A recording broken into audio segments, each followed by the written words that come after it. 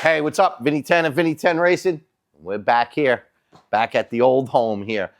Great video that I did with Simon over at Nissan and Bayshore. And like I said, great guy. Told you he was a car guy. We're getting a tremendous amount of response, so it's going to have a lot of cool, a lot of hot, a lot of fast cars that are going to be coming down. So make sure you get down there October 5th, Nissan and Bayshore. Special pricing, special financing.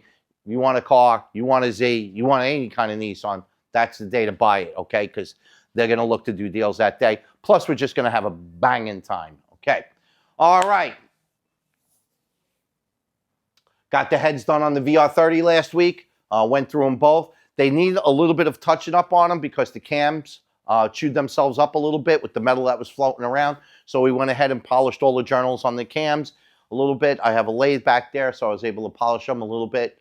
They needed a little bit of polishing, and they got it, so that's good. And I was able to clean up the cam caps. I got a little trick that I used to clean up cam caps, and it came out really nice. So all the valves are done, refaced them, cut the seats, decked the heads, all done, finished. There's the block. Hopefully tomorrow we'll have those heads. Actually, if nothing goes too crazy tonight, I might even be able to get those heads on it tonight.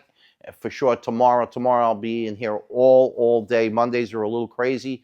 I had 2 meetings today, which I had to go to. So again, you don't always get the chance to work on everything every day, but we're pretty much far along here, and that should be done. You know, give me another 2 days, and certainly by Friday it'll be done.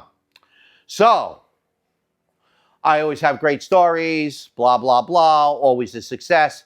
But believe me, we have our bad days too, and we have stuff that's somewhat unsuccessful as well. So let's talk about that, because I always, from the beginning, I said we're always going to be transparent. You're going to go through this just like I go through it, and be in the ups and the downs of this business. Now, you've seen a lot of ups. I got some downs for you, okay, from even our side. So first thing that happened this week was Steve went out 2 weekends in a row with his new setup. New setup. We've never sold this setup to anybody. We haven't built this setup to anybody.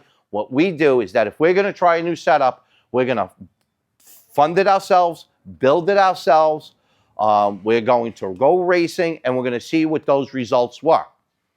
And for the most part, it's usually pretty good. But to say that we've not incurred different problems on different issues with different makes and models and would be an absolute lie. And that's why we have integrity, is that we're always going to try it on us first before you ever see it. You want to buy Steve's old setup? I'll sell you that setup every day this week, because I know that's a proven 450. You're going to be happy. It's going to last. It's going to live forever. This new setup, not so much. We changed some things. And of course, you know, when you change, you always think you're going to change for the better. I call it suffering from improvement. Okay, and basically we made a lot of improvements on the engine, and guess what? We're suffering for it. And the reason why is because we had a failure. Not a big failure. It lifted the head, not a big deal. Now, when I assembled this motor, there were some things that I wasn't exactly in love with. So I said, let's roll with it. Let's see how it goes and see what happens. Well, it came back pretty quickly. Lifted the head. And so we're going to go ahead and put some new head gaskets in it. But obviously, we pretty much have an idea of what caused the said failure. It had nothing to do with Subaru. I don't want to say where I think the failure was from. But either way, we tried something. It didn't necessarily work out. It really felt good until it lifted the head. If this would have done what it should have done, he would have been able to go to his last shootout. But because we were starting to have problems, it didn't make it. And that sucks for him, because, you know, he deserves to be able to have a piece that goes out and does the very best that it can. But also, whenever you're trying something new, you never know the end result. So in all transparency and honesty, there was a certain failure. It actually was a good thing. And I'll get to that maybe next week's video. Because we've seen, for now, the second time something. We've seen it a little bit, not a long time ago, but on an engine that we built about a year ago. And now we've seen it again, and there is a common component in that engine. I'm actually going to discuss it with Steve a little bit and how to discuss this. I'm definitely not going to name it. But we will tell you what we will do in the future to make sure that it doesn't happen, not only to us, but we'll definitely disclose what that is. We won't disclose the brand name because I think it's with every part that's actually made, whether it's this brand or the next brand or the brand after that. I think it's a common problem. I've seen it before. This time, because of the head gasket failure, I was able to look at this right away. It wouldn't be something I would look at right away, but I was able to look at it right away because it is an internal engine part, and I wouldn't take it apart unless it failed. But we did start to see the beginnings of failure. And sometimes when you see the beginnings of failure, it's like that's the time you need to see it to find out what the cause is. Sometimes when it's all blown apart and broken and fucking destroyed, it's like, how are you going to figure out which is the first thing that failed? This case, we kind of know, and we're going to come up with a solution for it, and then we're going to tell you what it is, and then hopefully you guys will be able to make sure it doesn't happen to you again. Again, this got to go back in the car, and it's got to be retested. That's the way we do it here at Vinny Ten Racing. We do it to us first, so that way we're not experimenting with our fucking customers. Like I see oh, I came up with a new combination. Yo, it's going to be banging. Oh, it's going to make so much horsepower, and the thing fails on the customer. It's like, yo, you're not my test bed. I'm the test bed. I figure shit out, then I sell it to you. Okay, so I know that you're going down the road okay. And unfortunately, a lot of shops don't do that. But, so that's where we are. We have, you know, I'll just say the Nissan and Subaru business keeps me fucking busy. I will say that. So we obviously have a couple, and we're going to have a couple more. So come on, let's see what the other guys are doing. And we'll go with that. Hi, Janine. All right.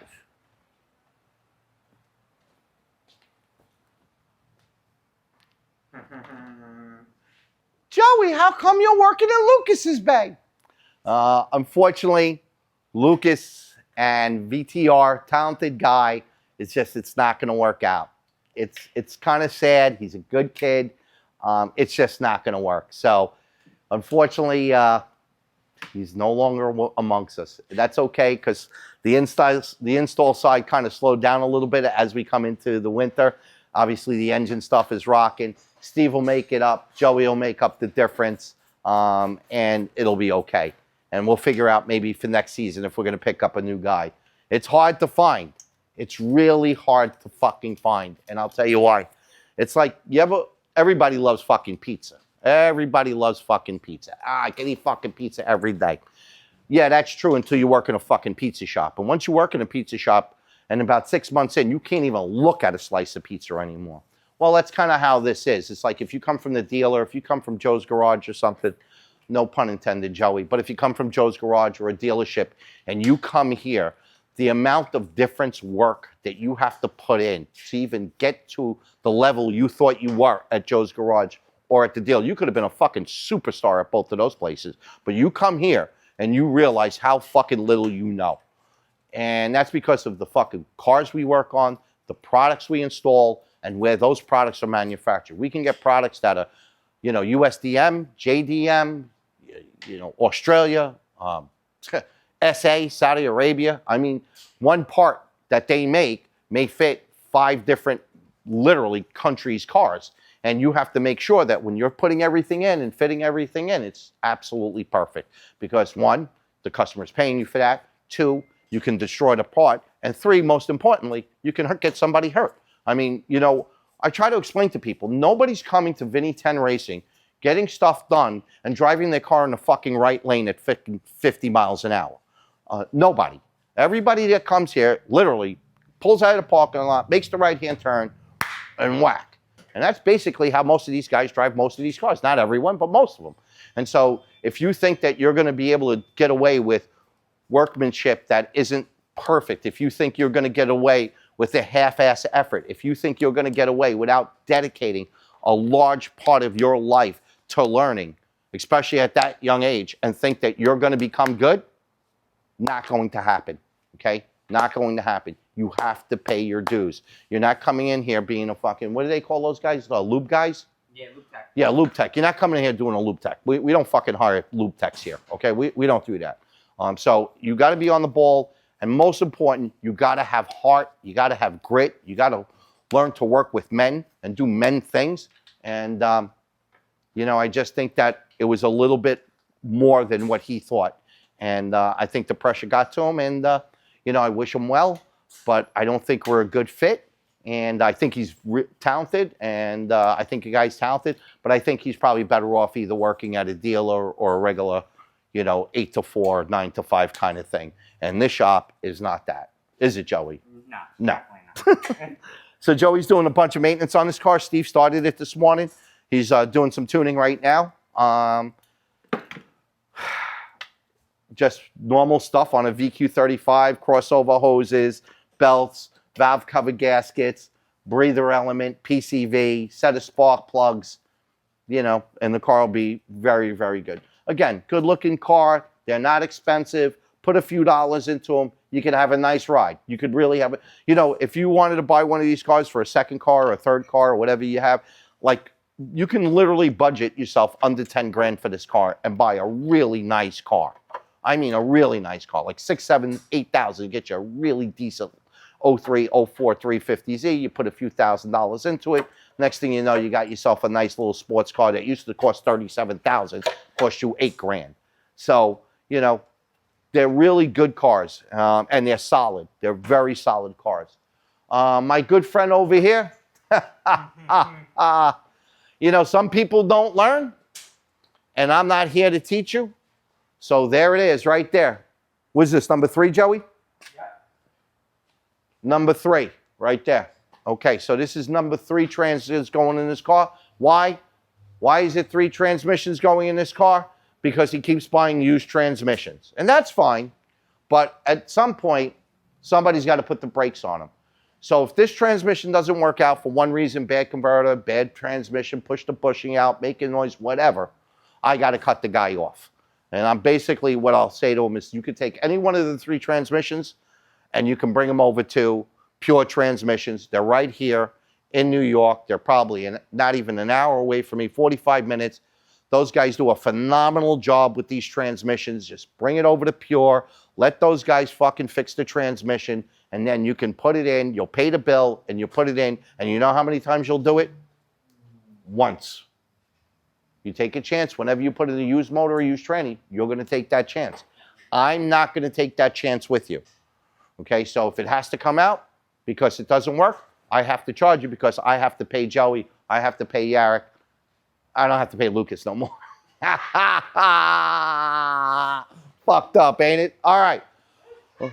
So while we were gone on hiatus, okay, while we were on hiatus doing the dealer video, another car came in last week, diagnosed it, VR30, lifted the heads. I will tell you this, guys. I'm going to tell you this. I've taken a couple of these things apart now, and I'm going to tell you this. And I'm going to tell you this as fucking straightforward as I can tell you. You better know who's tuning your shit, number one. And you better not put those fucking BURBLE tunes in there because it's beating the shit out of these motors. After about 30, 40, 50,000 miles, I pulled that. I had to do a valve job on that motor. At like 30K, the seats are so hard on a 350Z, 370, on a Nissan heads. The seats are super, super hard. You should never have to do a valve job that bad. All the exhaust valves completely pitted. All the exhaust seats completely pitted. You guys keep doing those BURBLE tunes, those flame tunes. You know, just to give you an idea, let's just fucking roll this through your head. Okay. In fact, we can do it right now. We can do it right here. Here's a perfect example.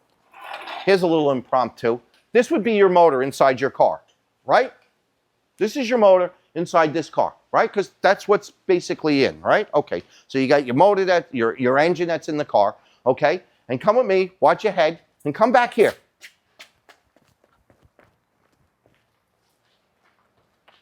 And the fucking flame is coming out here, right? This is where your flame tune, your fucking BURBLE tune's coming out.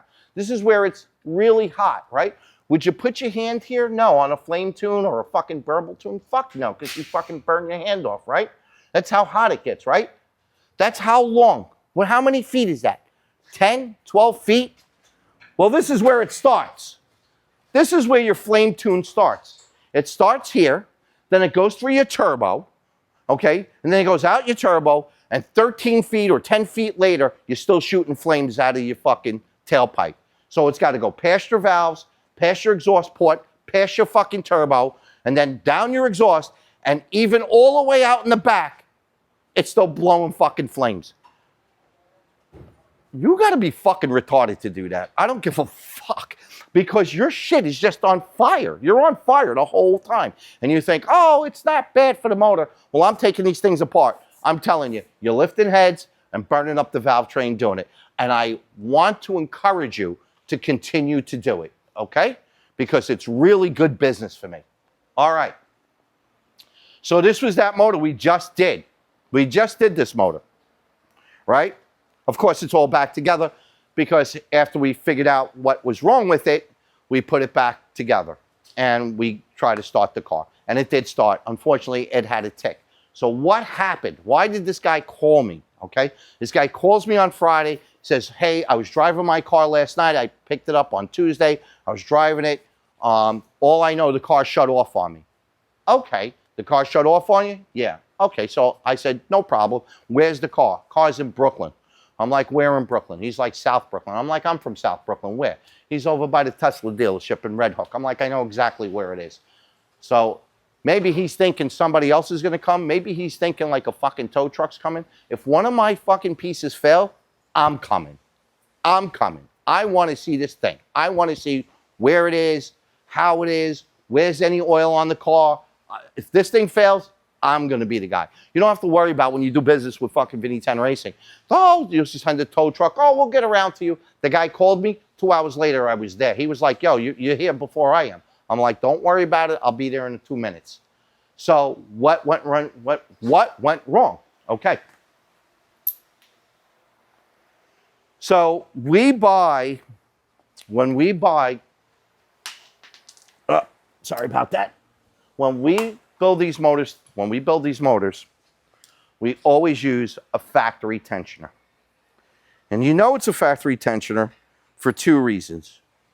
One, it says Japan on it, right there. The other way that you can absolutely tell is that on the aftermarket tensioner, this area is almost hollow, this area right here, okay? I guess that's where they save a little bit of money over there in Saipan, okay?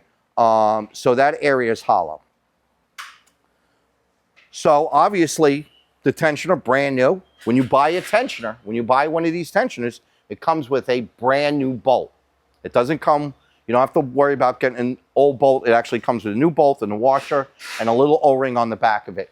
Well, the tensioner, we get the car back here, I get it right back, and again, something happened to one of my engines, something happened to one of my pieces, stop what we're doing, pull the fucking car off the lift, pull this car on, I want to know what went wrong. So within 30 minutes of me getting here, it was off the trailer, on the lift, front covers were off, and what did we find?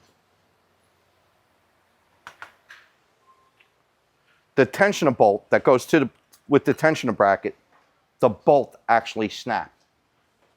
Now you could say, oh, Vinny, maybe you over-tightened the bolt. Yeah, okay. Well, if I over-tightened this bolt, it would have taken 20 fucking dyno passes, okay, at 7,000 RPM, and then 2 days worth of fucking driving for the bolt to break after I over-tightened it. As you could see, I mean, you would think that if you over-tightened it, it would strip the aluminum before it would break the fucking steel bolt. I mean, that would make sense, right? Like, you're not going to tighten that bolt so tight that you're going to break the bolt before you strip the threads out of it. This is a 10 millimeter bolt thickness. To you morons out there, that would be 14 millimeter if you were just talking about the head of the bolt. So not too many people could tighten a fucking 14 millimeter bolt that before it would pull the aluminum out, that it would fucking actually break. So we suspect one of 2 things. We either suspect that A, that a defective bolt, it's maybe 1 in a bazillion, or that possibly he money shifted the car and broke the bolt from the actuation. To be honest with you, I've never seen either one of them. So rather than call the customer and be like, oh, well, this car's not on the warranty because it broke something I never seen before. No, we don't do that. We don't do any of that shit. We got the motor out. We seen what it was. We called them. We sent them pictures right away. He was like, wow, that's really fast. And basically said, hey, we're sorry. We don't know why it broke. It was a brand new piece. You could see it's a brand new piece. But unfortunately, it bent a couple of valves. So unfortunately, we're going to pull these heads apart, replace the valves, make sure all the other valves are good, put brand new gaskets in it, make sure it's as clean, as nice as it was when it was originally done. If there's any severe markings on the piston, I'm probably going to pull that piston, the block apart. Because what happens is that if the valve really hits the piston hard, I mean hard, what it'll do, and it does it repeatedly, what it'll do, what we found, and I don't know if this is true for others, but what we found is later on down the road, it flat spots that bearing, and that bearing goes prematurely. So unfortunately, I can't blame the customer. I can't really blame the piece. All I could see is that we have a broken bolt. I didn't over-tighten it. Again, you can't really over-tighten that without, how would that even break? So we just think that the bolt was just, I don't know, fatigued, or he money shifted it. The only other thing that we found is that which obviously wasn't the case, was that the axle is completely blown out. I don't know if that's an indication. Obviously, it wasn't like that when the car was here because we would have addressed it. But like within 2 days, he completely blew this axle out. You know, does it show an indication of how he was driving it? To a certain degree. But again, my customers don't leave here and drive 55 miles an hour. So I have to make sure that the cars that we deliver are perfect. And even though this car is perfect, and this is the industry we're in, this is the business we're in, and even though this was perfect and lasted on the dyno, multiple test drives, give it to the customer, let the customer drive it for 2 days. Anything can happen in this industry. This is why it's so difficult to run one of these shops. This is why we're always transparent, always showing you the truth, and out of nowhere, a fucking bolt can break, and that's that. It broke with such severity, and again, you know, it broke with such severity. Again, it's hard to think that something wasn't really amiss here, in the sense of maybe driver error. It broke it so hard at such RPM that it literally split the washer that goes behind that bolt. I mean, again, first time I've ever seen that. So this thing was probably up in the RPM. He might have money shifted the car. Unfortunately, I can't do a data analytical of a snapshot of the last minute that he was running. I wish I did. And even if something like that, even if he did money shift the car, it wouldn't be something where I would just lay blame. I would be like, okay, just pay for the parts and I'll take care of the labor. So, you know, it happens. This car is going to go under full warranty. It'll be no charge to the customer. And what we're going to do for him as just an added benefit of, you know, for his inconvenience or whatever. I didn't cause it, obviously. But just for the added inconvenience, we're going to change the wastegate spring on the turbo, give him a little bit more boost than 22 pounds that he had, and step it up a little bit from 420 to probably around 460. Make him a little happy doing that. And, you know, again, no charge for that. I'm not even going to charge him for the spring and the wastegate. So, you know, we have great times here. We have a lot of great successes. We pull a lot of fucking shit out of the rabbit's hat, so to speak. We turn a lot of cars around that were trashed. But make no mistake, between the stuff that we develop to sell to you eventually, sometimes that goes with failure. And certainly, sometimes you'll just have a failure that you really can't identify if it was a customer failure or a manufacturer's failure. It just was a failure. So at this point, we got it out already. It's Monday. Tomorrow this will be over to me, or Wednesday it'll be over to me, and we'll be taking this thing apart, fixing what we got to fix on it, and out the door it goes. All right. So we have one. I think we have something on the dyno. You know, nice car, came in, blah blah blah. Came in for some bolt-ons and some other stuff. We're gonna go check it out right now.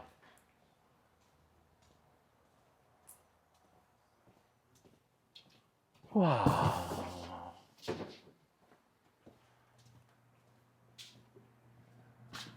Hi, Steve. What do we got on this car, Steve? Set of intakes, some Burke high flow cats. Okay. I think the Z1 exhaust. Okay. That's really it. Okay, so whose intakes did you say? I don't know. I think maybe Takeda. Okay, let's go look at them. Oh, well, it says Z1, so he's got a set of Z1 intakes, Z1 exhaust, you said? Yeah. And some Burke high flow cats. And what did you put this on? It's ECU Tech. Oh, this is ECU Tech. Okay, perfect. So got 3.7 with some Z1 intakes, Z1 exhaust, and some Burke high flow cats. Steve's obviously always making the choice between UpRev or ECU Tech. In this case, for whatever reason, he decided to go with ECU Tech. He's the man. It had a flash from Z1 originally. Oh, okay, so it already had a flash, an ECU Tech flash from Z1 originally. Okay, that's why we used it. All right, no problem. Again, we're versed at doing both. So, Steve, fire in the hole, baby.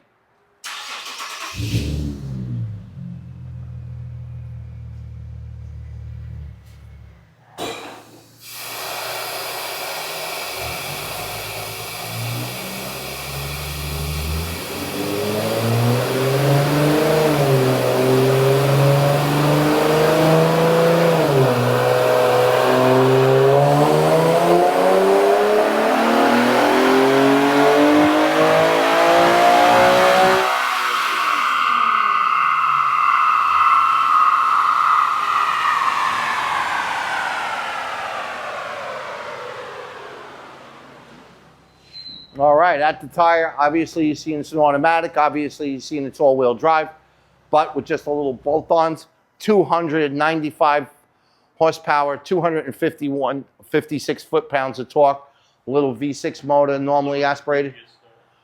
Okay, previous tune was 275, so you picked up 28 horsepower, 275, 285, 295, so that's 23, right? Oh, no, it's, yeah, 20 horsepower. So we picked up 20 horsepower and 16 foot-pounds of torque. So really a nice job, Steve. Obviously beautiful crystal clear lines. You can see on the first one, still a little wiggly. Our line on the red graph, definitely a little cleaner, a little straighter. You know, again, just another great job. Not every car comes in here 600, 700, 800 horsepower. Not every car comes in a GTR. A lot of cars that come to us just want to make the car run better, feel better, sound better. That's what we're here for. We're here to do it 5 days, 6 days a week. We're here to do it when times are good, when times are bad. When we have a problem, we're always standing behind you. And as always, we always are transparent and honest. And that's why we're always able to knock you out.